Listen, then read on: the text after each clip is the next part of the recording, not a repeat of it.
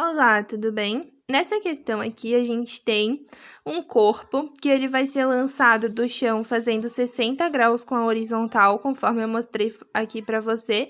Se ele é lançado fazendo um ângulo diferente de 90 graus com a horizontal, então é porque é um lançamento oblíquo e ele vai fazer esse trajeto aqui. No ponto mais alto da trajetória, a velocidade vertical é nula, porque é o ponto de inversão do movimento, onde esse VY fica zero. Por quê? Porque ele começa um valor aqui e a gravidade está para baixo. Aí ele vai diminuindo, diminuindo, diminuindo até que ele fica zero e a gravidade começa a fazer essa velocidade ficar para baixo, retornando ao solo. Então, no ponto mais alto da trajetória, né, com esse lançamento oblíquo, nós temos essa velocidade vertical nula e temos apenas a velocidade horizontal atuando nesse movimento. Então, apenas Vx vai estar atuando nesse corpo no ponto mais alto da trajetória. Então, a gente pode calcular o valor desse Vx. Nós sabemos aqui que temos o V, Vy e o Vx, certo? Então, ó, eu posso fazer um triângulo retângulo com eles, sabendo que a soma dessas duas componentes é igual a total, né? Então, eu venho aqui e faço a soma vetorial entre elas, método do polígono, Vx mais Vy. Venho aqui do começo do primeiro vetor ao final do último vetor. E aí você vai ter, né, 60 graus sendo formado com a horizontal. E aí eu tenho que Vx eu vou relacionar como cosseno, porque cosseno é cateto adjacente sobre a hipotenusa. Cateto adjacente é o Vx e a hipotenusa é V. Então, cosseno de 60 graus é igual a Vx sobre V. O cosseno de 60 graus é 1 sobre 2, é igual a Vx sobre V. Passa o V multiplicando, V vezes 1 sobre 2 é igual a V sobre 2. Então, o valor de Vx é igual a V sobre 2. Logo, eu sei que nesse ponto mais alto da trajetória aqui, onde eu vou estar com Vx, vai ser igual a V sobre 2, a minha velocidade. Nesse momento, no ponto mais alto aqui da trajetória, esse corpo vai colidir com um outro corpo de exata mesma massa, então a gente pode dizer que eles têm a massa m, tá? A mesma massa para os dois, ele estava vindo em queda livre, ou seja, ele estava vindo aqui na vertical para baixo, com uma velocidade v. Então, você vai ter um corpo de massa m se movendo na horizontal com v sobre 2, e você vai ter um corpo de massa m se movendo na vertical com velocidade v.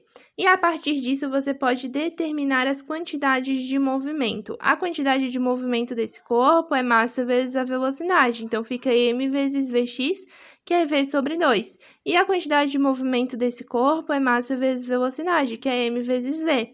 Você lembra que a quantidade de movimento é uma grandeza vetorial? Então, quando a gente faz, né, para determinar essa quantidade de movimento total do sistema, antes da colisão, a gente tem que pensar na grandeza vetorial em si.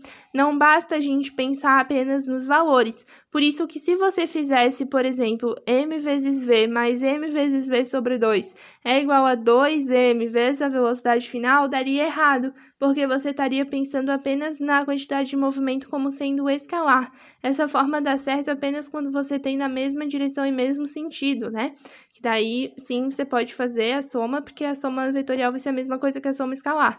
Mas daí, quando você tem, assim, perpendicular ou em sentidos opostos, você tem que fazer a soma vetorial. Então, a quantidade de movimento depois dessa colisão, que é inelástica, o que significa que os corpos vão andar juntos, vai ser igual à quantidade de movimento antes dessa colisão, que é a quantidade de movimento total do sistema. Como que a gente faz a quantidade de movimento total? Somando as quantidades de movimento de cada um desses corpos. Então, eu tenho uma quantidade de movimento para cá, com m vezes v sobre 2, e tenho uma quantidade de movimento para cá, com m vezes v. Eu tenho que fazer a soma vetorial. Você lembra como é que é a soma vetorial? Aqui eu fiz pelo método do paralelogramo, né? Era só prolongar aqui, aí junta do início dos dois até o final, e você tem a quantidade de movimento total, que é esse Q aqui, tá? Então, eu chamei esse Q como a quantidade de movimento total.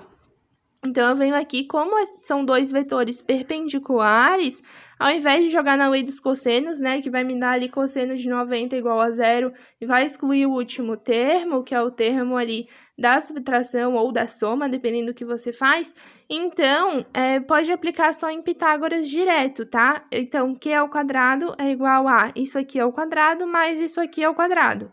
M ao quadrado vezes velocidade ao quadrado, 2 ao quadrado dá 4, mais m ao quadrado vezes v ao quadrado. Isso aqui fica mv quadrado m ao quadrado v quadrado sobre 4 mais m quadrado vezes v quadrado. É como se fosse 1/4 mais 1, se eu colocar o m quadrado v quadrado em evidência. 1/4 mais 1, né? Porque aqui eu tenho 1 multiplicando, fica 5/4. Então, somando isso aqui, eu tenho 5 vezes m ao quadrado vezes v ao quadrado dividido para 4.